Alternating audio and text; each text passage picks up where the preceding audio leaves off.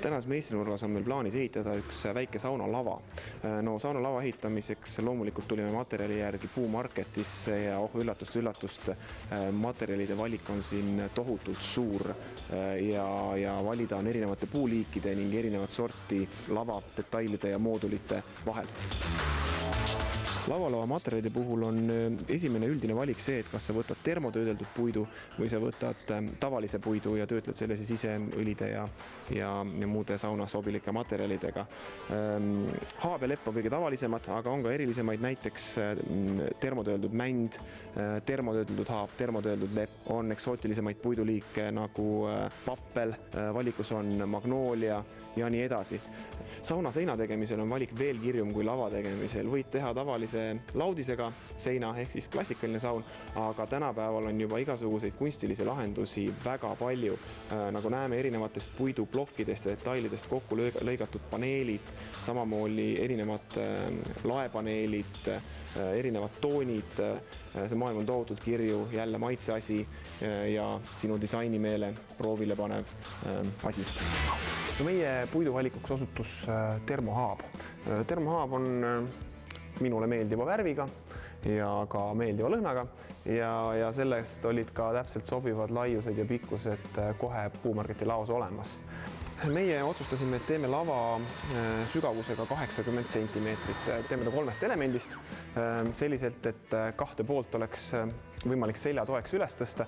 Seda näete hetke pärast, kui hakkame kokku panema ja ühtlasi, et neid elemente on mugav eraldi välja võtta ja altpoolt ka puhastada, sellepärast, et ajapikku ikkagi sinna saunalava alla tekib ka mingisugune mustus ja higi, mis sinna voolab, nii et puhastamine on oluline ka alt küljelt.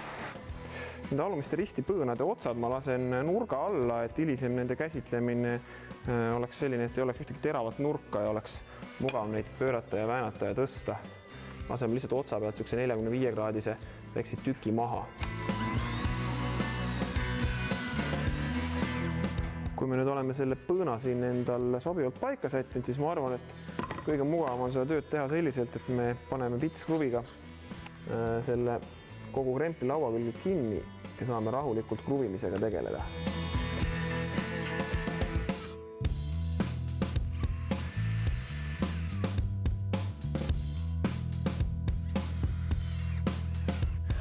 Nõndaks, selline näeb siis välja see meie esimene lavadetail. Nüüd pole muud, kruvime 2 lavadetaili veel kokku ja tekitame kogu selle asjale ka raami.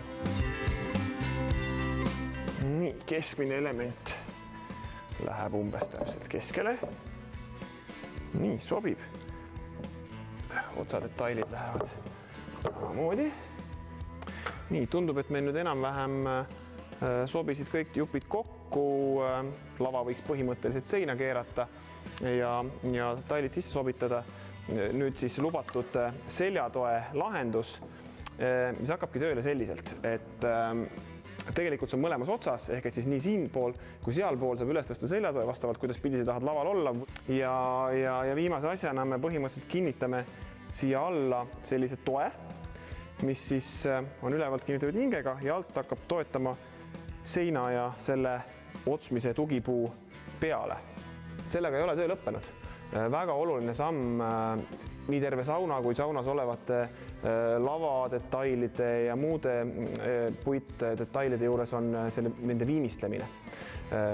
Saun on niiske ruum, suurete temperatuuride kõikumisega, seega see viimistlus peab olema konkreetselt sauna jaoks mõeldud. Sinna suvalist värvi või õli mina peale panna ei soovitaks, vaid valiksin kindlasti spetsiaalsed materjalid. Meie valisime oma saunalava viimistlemiseks Tikkurila tooted. Tikkurila tootevalik sauna viimistlemise vahendite hulgas on väga lai. On eraldi tooted põranda jaoks, on tooted seinte jaoks, on tooted lava jaoks. Meie valisime lava viimistlemiseks uue supi saunavaha. Tihtipeale juba pikki aastaid on kasutatud tavaliselt siis supi laudesoojat. Eraldi on loomulikult põrandaõli. Tahate lisada natukene värvi või funki, siis saate kasutada supi Arctic õli, mis sisaldab sellist sädelust ja loomulikult saab neid erinevaid vaasi õlisi ka toonida, ehk et siis te saate ikkagi anda saunale oma värvi, oma näo. No viimistlusvahendite maailm üleüldse on väga suur ja lai ja samamoodi on sauna viimistlusvahendite maailm suur ja lai. Kui teil on huvi, tahate natuke rohkem teada saada, mis materjal, mille jaoks, kuidas kasutada, siis minge kindlasti Tikurilla koduleheküljel ja sealt leiate juba suures koguses infot ja samuti on Tikurillal väga toredad koolitused, mis sobivad kõigile, nii professionaalile kui eraisikule, kus te saate neid materjale kasutada ja spetsialistide käest nõu küsida.